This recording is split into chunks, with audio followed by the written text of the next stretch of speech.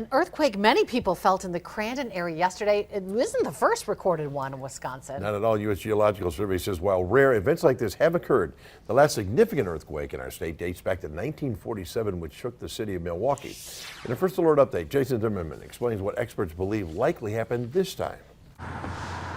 It was just after 7 Sunday morning when many people in the Crandon area say they either felt the ground shake or heard thunder. Some people said it sounded like an explosion, others said it woke them up out of sleep, some people didn't hear anything. Geology experts tell us it was actually an earthquake which registered a 2.5 magnitude with an epicenter near Mole Lake. The earthquake occurred because of movement on an old fracture in the crust, and it was actually down 10 kilometers, so 3.5 miles below the Earth's surface.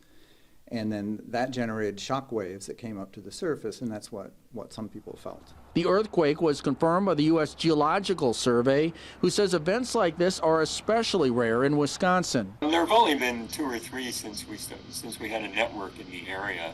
The largest was 1947. It was about a magnitude 3.8. But there's only been a few in the state at all. The quake in Forest County didn't cause any damage, according to law enforcement, but did lead to a lot of people calling 911. There were reports where people felt like the ground was rumbling. It's not going to hurt buildings. It's not going to do damage. The worst case scenario, you might have things rolling around or falling off of your kitchen cabinets or things like that, but very minor. Back in 2010, there was also an earthquake in northern Illinois that many of us felt here in Wisconsin. Most earthquakes need to register at a magnitude 5 or higher to cause significant damage. Jason Zimmerman, Action 2 News.